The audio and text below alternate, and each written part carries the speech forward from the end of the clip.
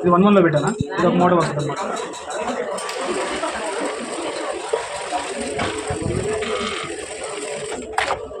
ఇప్పుడు ఏం జరిగింది, దిష్ థ్రెడ్ మాత్రం కట్ అయిందా, మీకు రఫింగ్ ఏం అవ్వలేదు.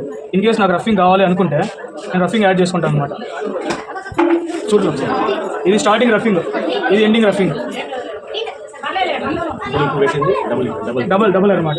ఇది దీనివల్ల చూడండి, ఇది సింగిల్ లేయర్, ఇది డబల్. ఇట్లా కూడా ఇంకా మీకు ఏముంటారో పాదం పైకి లేపేసాను కూడా ఇది ఏమి ఉంటుంది,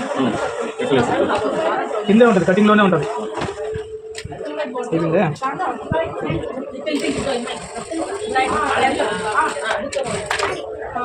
మళ్ళీ రఫింగ్, స్టార్టింగ్ రఫింగ్, ఇది ఎండింగ్ రఫింగ్. 4 పెట్టుకున్నాను. మళ్ళీ మీరు సైజ్ తగ్గించుకోవచ్చు, అంటే దాన్ని పెట్టుకోవచ్చు అనమాట. ఇప్పుడు నీడిల్ చూడండి, పాదం ఇప్పుడు సింగిల్ ఉందా,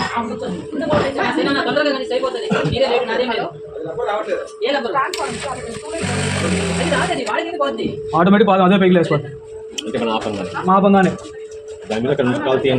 అదే లేస్తుంది. లేదు మీకు మళ్ళీ మీరు కుట్టే టైంకి మళ్ళీ అదే అయిపోతుంది.